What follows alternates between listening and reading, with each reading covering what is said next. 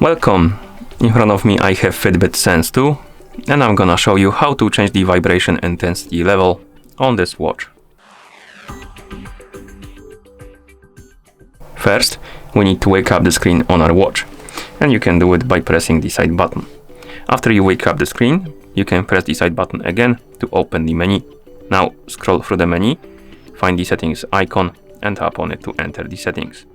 In settings, find the option called Vibration and Audio, tap on it, and here scroll down, find the vibration category,